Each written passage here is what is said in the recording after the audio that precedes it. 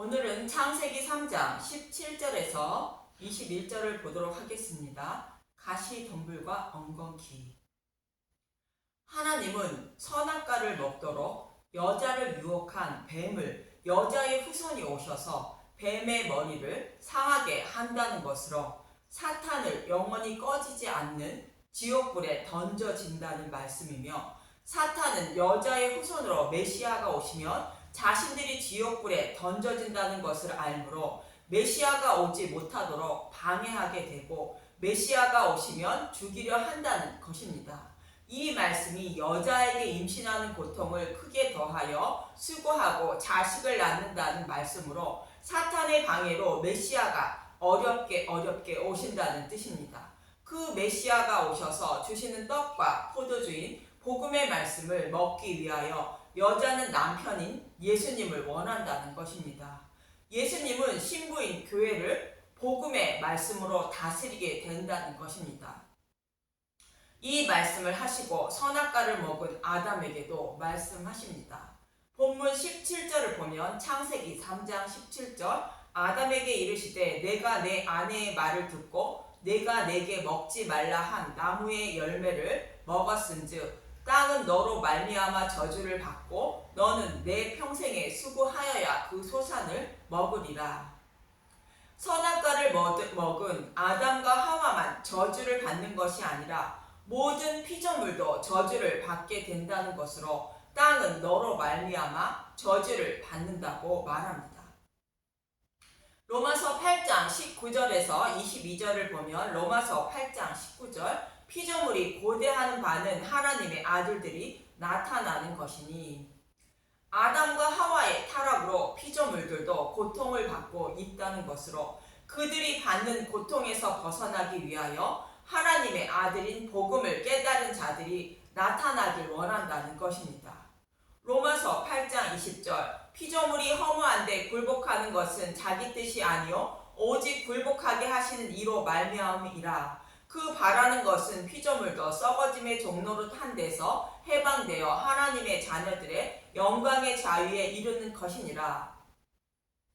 하나님은 자신의 백성에게 무엇인가를 깨닫게 하기 위하여 피조물들에게 고난을 주고 있다는 것입니다. 그래서 피조물도 저와 여러분이 복음을 깨달아 사탄의 노예에서 해방되는 자유를 얻길 원한다는 것입니다.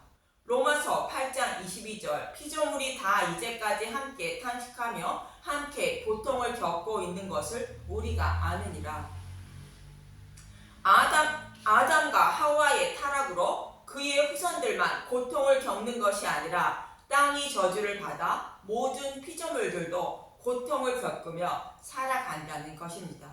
이 말씀이 땅이 너로 말미암아 저주를 받는다는 말씀인데, 그럼 왜 평생 수고하여야 그 소산을 먹고 살 수 있는 것인가?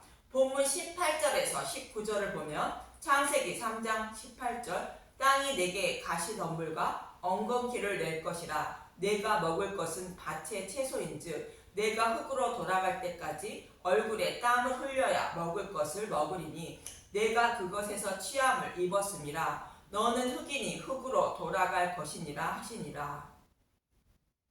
땅이 저주를 받아 가시덤불과 엉겅퀴가 자라서 씨앗을 뿌려도 씨앗이 자라 열매를 맺지 못하게 방해한다는 것입니다. 그래서 평생 가시와 엉겅퀴를 제거하는 수고를 하고 땀을 흘려야 먹고 살게 된다는 말씀입니다. 이 말씀은 우리의 마음밭에 가시와 엉겅퀴가 자라서 복음의 말씀을 먹어도 믿음이 자라지 못해 평생 믿음의 열매를 맺지 못한다는 것을 모형한 말씀입니다. 그래서 씨 맺는 채소나 열매 맺는 나무의 열매를 먹지 못하고 채소만 먹게 된다는 것입니다. 씨 맺는 채소나 열매 맺는 나무의 열매는 예수님이 죽으시고 부활하셔서 믿음의 열매를 맺게 하시기 위하여 주시는 복음의 말씀을 말하고, 채소는 믿음의 열매를 맺지 못하는 율법을 말하는 것입니다. 마음밭에 가시덤불과 엉겅퀴가 자라서 복음이 숨겨진 율법을 먹거리로 주지만 복음을 찾아내어 먹지 못하고 채소인 율법만 먹다가 흙으로 돌아간다는 것입니다. 이 말씀대로 살아가고 있는 사람들이 유대인들입니다. 율법인 채소만 먹으며 결국 심판을 받고 마는 처지에 놓인 것입니다. 선악과를 먹고 타락한 자들이 스스로의 노력으로 천국에 들어가려는 자들의 모습을 유대인들을 통하여 보여주고 있는 것입니다. 예수님은 씨 뿌리는 자의 비유를 통하여 복음의 씨앗을 마음밭에 뿌려도 믿음이 자라지 못하는 이유를 이렇게 설명하십니다. 가시와 엉겅퀴가 우리의 마음속에 있어 사람 스스로의 노력으로 믿음의 열매를 맺지 못함을 말씀하고 있는 것입니다. 마태복음 13장 19절에서 22절을 보면 마태복음 13장 19절 아무나 천국 말씀을 듣고 깨닫지 못할 때는 악한 자가 와서 그 마음에 뿌려진 것을 빼앗나니 이는 곧 길가에 뿌려진 자요. 우리의 마음속에는 사탄이 있는데 노예인 저와 여러분을 빼앗기지 않기 위하여 우리의 마음밭에 뿌려진 복음의 씨앗을 사탄이 빼앗아 가기 때문에 믿음의 열매를 맺지 못한다는 것입니다.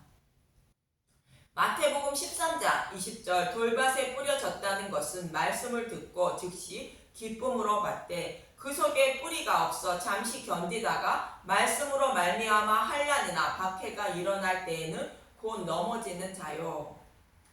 우리의 삶 속에 환난과 박해가 오면 그 두려움으로 인하여 복음의 말씀을 들어도 간직하지 못하고 잃어버리게 되어 믿음의 열매를 맺지 못한다는 것입니다. 마태복음 13장 22절 가시떨기에 뿌려졌다는 것은 말씀을 들으나 세상의 염려와 재물의 유혹에 말씀이 막혀 결실하지 못하는 자요. 세상을 살아가는 근심과 걱정 그리고 온통 먹고 살기 위한 생각 때문에 복음의 말씀을 들어도 귀에 들리지 않아 믿음의 열매를 맺지 못한다는 것입니다. 이 말씀이 아담에게 하신 말씀대로 우리의 마음밭에 가시와 엉겅퀴가 자라서 복음의 말씀을 들어도 채소인 율법만 먹게 되고 흙으로 돌아간다는 말씀으로 심판을 받게 된다는 말씀입니다. 그러나 하나님은 자신의 백성을 사망에 이르지 않게 하시기 위하여 구원해 주신다는 것입니다. 이사야 62장 1절에서 5절을 보도록 하겠습니다. 이사야 62장 1절 나는 시온의 의가 빛같이 예루살렘의 구원이 햇불같이 나타나도록 시온을 위하여 잠잠하지 아니하며 예루살렘을 위하여 쉬지 아니할 것인즉 하나님은 지옥불에 들어가는 자신의 백성을 구원하시기 위하여 쉬지 않으시고 일을 하신다는 것입니다. 이사야 62장 2절 이방 나라들이 내 공의를 뭇 왕이 다 내 왕을 볼 것이요 너는 여호와의 입으로 정하실 새 이름으로 일컬음이 될 것이며 바벨론 포로에 끌려간 이스라엘 백성들을 돌아오게 하신다는 말씀으로 사탄의 포로에 끌려간 저와 여러분을 포로에서 구원하셔서 하나님 백성으로 삼아 주신다는 것으로 새 이름을 주신다는 것입니다. 이사야 62장 3절 너는 또 여호와의 손에 아름다운 관 내 하나님의 손의 왕관이 될 것이라. 사탄의 포로에서 구원받은 저와 여러분을 소중히 여겨주신다는 것이며 왕관처럼 귀히 여겨주신다는 것으로 예수님의 신부로 삼아 주신다는 것입니다. 그리고 저와 여러분에게 새 이름을 주시는데 헵시바와 뿔라라 부르신다는 것입니다. 이사야 62장 4절 다시는 너를 버림받은 자라 부르지 아니하며 다시는 내 땅을 황무지라 부르지 아니하고 오직 너를 헵시바라 하며 내 땅을 뿔라라 하리니 이는 여호와께서 너를 기뻐하실 것이며 내 땅이 결혼한 것처럼 될 것이니라. 마치 청년이 처녀와 결혼함 같이 내 아들들이 너를 취하겠고 신랑이 신부를 기뻐함 같이 내 하나님이 너를 기뻐하시리라. 선악과를 먹음으로 하나님처럼 되어버림을 받았고 선악과를 먹음으로 마음밭에 가시와 엉겅퀴가 자라서 황무지가 되었지만 이제는 그렇지 않다는 것으로 나의 기쁨이 된 신부라는 뜻으로 헵시바라 부르신다는 것이며 그래서 그와 결혼했다는 뜻으로 뿔나라 부르신 것입니다. 사탄의 노예로 살아가는 저와 여러분을 사랑하셔서 예수님이 값을 주시고 사셔서 신부로 삼아주신 것입니다. 스스로의 노력으로 복음을 깨닫지 못해 믿음의 열매를 맺지 못하는 자들인데 이러한 저와 여러분을 예수님이 기뻐하셔서 예수님의 신부로 삼아 주신다는 것입니다. 예수님이 죽으시고 부활하셔서 오래 저장하였던 맑은 포도주인 복음의 말씀을 주시고 성령님이 좋은 밭으로 만들어 주어 깨닫게 하심으로 우리의 마음밭에 뿌려진 복음의 말씀이 30배, 60배, 100배의 믿음의 열매를 맺음으로 예수님이 기뻐하시는 예수님의 신부가 되는 것입니다. 이렇게 우리가 예수님의 신부가 될 수 있는 것은 예수님이 죽으시고 부활하셔서 율법을 완전하게 해주시고 복음을 깨닫게 하심으로 가능하다는 말씀입니다. 그래서 아담은 그의 아내의 이름을 모든 산자의 어머니라 뜻인 하와라 불렀다는 것입니다. 창세기 3장 20절 아담이 그의 아내의 이름을 하와라 불렀으니 그는 모든 산자의 어머니가 됨이더라. 여기서 아담과 하와는 아담의 갈빗대로 만든 여자와 한 몸을 이룬 부부가 된 것을 말하는 것으로 하와는 교회를 상징하며 교회를 통하여 메시아가 오셔서 죽으시고 부활한다는 뜻이며 부활하신 예수님을 통하여 창세전에 택하신 하나님 백성 모두가 사망에서 생명으로 살아날 것을 말합니다. 그래서 하와를 곧 교회를 모든 산자의 어머니라 부르시는 것입니다.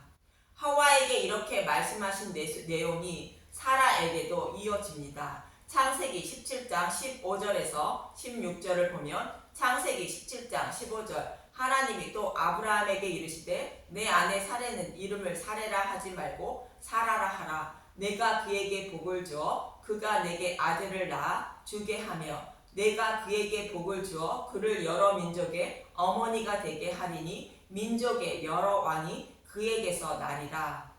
하와에게는 모든 산자의 어머니라 말씀하셨지만 사라에게는 여러 민족의 어머니라 말하는 것으로 예수님이 죽으시고 부활하심으로 택하신 모든 민족을 구원하신다는 말씀입니다.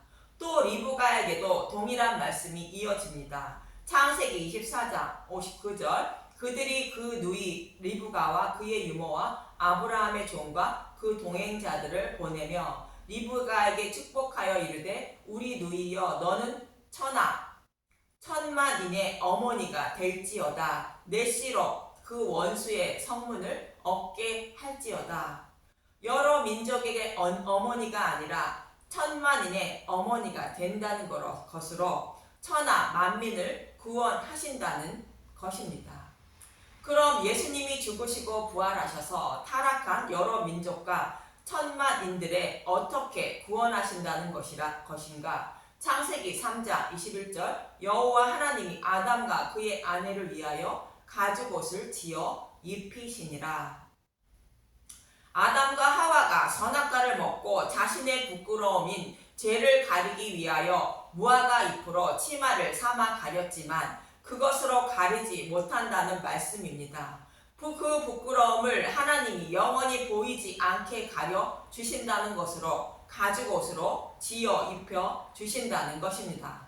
그럼 어떻게 가려 주시는지 모형으로 보여준 사건이 있습니다. 방주에서 나온 노아가 포도주에 취하여 장막에서 벌거벗었을 때의 일입니다. 창세기 9장 20절에서 27절을 보도록 하겠습니다. 창세기 9장 20절 노아가 농사를 시작하여 포도나무를 심었더니 포도주를 마시고 취하여 그 장막 안에 벌거벗은지라.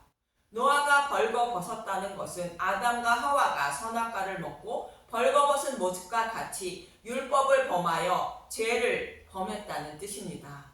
참고로 포도나무를 심었다는 것은 하나님이 교회를 세우시는 것을 말하며 교회는 무엇을 알아야 하는지 이 사건을 통하여 설명해 주고 있는 것입니다.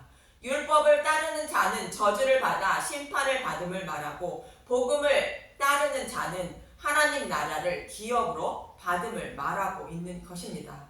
창세기 9장 22절 가나안의 아버지 함이 그의 아버지의 하체를 보고 밖으로 나가서 그의 두 형제에게 알리매. 함은 선악과를 먹고 하나님처럼 되어 아버지의 죄를 판단하고 있는 모습입니다. 야고보서 4장 11절에서 12절을 보면 야고보서 4장 11절 서로 비방하지 말라 형제들아 서로 비방하지 말라 형제를 비방하는 자나 형제를 판단하는 자는 곧 율법을 비방하고 율법을 판단하는 것이라. 내가 만일 율법을 판단하면 율법의 준행자가 아니요 재판관이로다. 입법자와 재판관은 오직 한 분뿐이시니 능히 구원하시기도 하시며 멸하시기도 하시느니라. 너는 누구이기에 이웃을 판단하느냐. 입법자와 재판관은 하나님 한 분뿐입니다. 교회는 율법을 준행하는 자요 율법을 범한 것을 비방하거나 판단하지 말라는 것입니다. 만약 죄를 범한 것을 비방하거나 판단하면 하나님처럼 된 것이며 이는 뱀의 유혹에 넘어간 자들이라는 것입니다. 반대로 셈과 야벳의 모습을 통하여 볼 수 있습니다. 창세기 9장 23절 셈과 야벳이 옷을 가져다가 자기들의 어깨에 메고 뒷걸음쳐 들어가서 그들의 아버지의 하체를 덮었으며 그들이 얼굴을 돌이키고 그들의 아버지의 하체를 보지 아니하였더라. 우리의 죄를 보지 않으시고 죄를 덮어주시는 복음인 예수님의 모습을 셈과 야벳의 모습을 통하여 말씀하고 있는 것입니다. 교회는 우리의 부끄러움을 보지 않으시고 죄를 덮어주시는 예수님의 은혜와 사랑을 곧 복음을 알아야 한다는 뜻입니다. 이처럼 셈과 야벳 같은 사람이 구원을 받고 함과 같이 하나님처럼 된 사람은 심판을 받는다는 것입니다. 창세기 9장 24절 노아가 술이 깨어 그의 작은 아들이 자기에게 행한 일을 알고 이에 이르되 가나안은 저주를 받아 그의 형제의 종들의 종이 되기를 원하노라 하고 또 이르되 셈의 하나님 여호와를 찬송하리로다. 가나안은 셈의 종이 되고 하나님이 야벳을 창대하게 하사 셈의 장막에 거하게 하시고 가나안은 그의 종이 되게 하시기를 원하노라 하였더라. 셈의 장막은 셈의 후손으로 예수님이 오실 것을 말하고 있고 야벳은 복음을 알고 있는 자로 셈의 장막에 거하는 자인 구원의 복을 받을 것을 말합니다. 그러나 함은 선악과를 먹고 하나님처럼 되어 죄를 덮어주지 않고 정죄하는 자로 복음을 알지 못해 율법에 속한 자로 심판을 받음을 말하는 것입니다. 이 모습에 셈과 야벳은 복음을 상징하고 함은 복음의 종인 율법을 상징하는 것이며 복음인 사라와 율법인 하갈의 모습과 동일한 모습입니다.